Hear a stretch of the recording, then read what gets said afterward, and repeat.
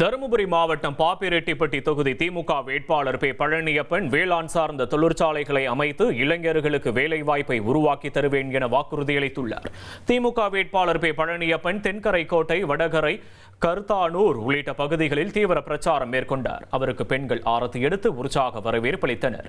இதையடுத்து செய்தியாளர்களிடம் பேசிய அவர், தென்கரைக்கோட்டை மற்றும் அதனை சுற்றியுள்ள பகுதிகளில் வாணியாறு அணையின் கால்வாயை அனைத்து ஏரிகளுக்கும் நீட்டிப்பு செய்து பம்பிங் மூலம் ஏரிகளில் நீர் நிரப்பி விவசாயம் செழிக்க நடவடிக்கை எடுப்பேன் என உறுதியளித்துள்ளார்.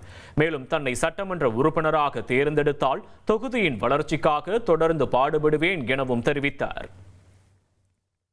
விவசாயம் சார்ந்த வழியில் ஒரு மரவள்ளி கிழங்கு அமைச்சு, மரவள்ளி கிழங்கு சேக்கோர் ஃபேக்டரி ஒன்று அமைச்சு, அதன் மூலிமா இளைஞர்களுக்கும் பெண்களுக்கும் வேலைவாய்ப்பு, படித்தவங்களுக்கு இளைஞர்களுக்கும் பெண்களுக்கும் வேலைவாய்ப்பு அமைத்து கொடுப்பதற்கு நிச்சயமாக சட்டமன்றத்தில் குரல் எழுப்பி சட்டமன்றத்தில் பேசி அதுக்கான நிவர்த்தனையை நான் செய்து கொடுப்பேன். இனி செல்லும் இடமெல்லாம் செய்தி. தந்தை டிவியின் வாட்ஸ்அப் சேனலை ஃபாலோ பண்ணினா செல்ல இருக்கும் இடமெல்லாம் செய்தி. இதோ QR கோட் இப்பவே ஸ்கேன் பண்ணுங்க, ஃபாலோ பண்ணுங்க.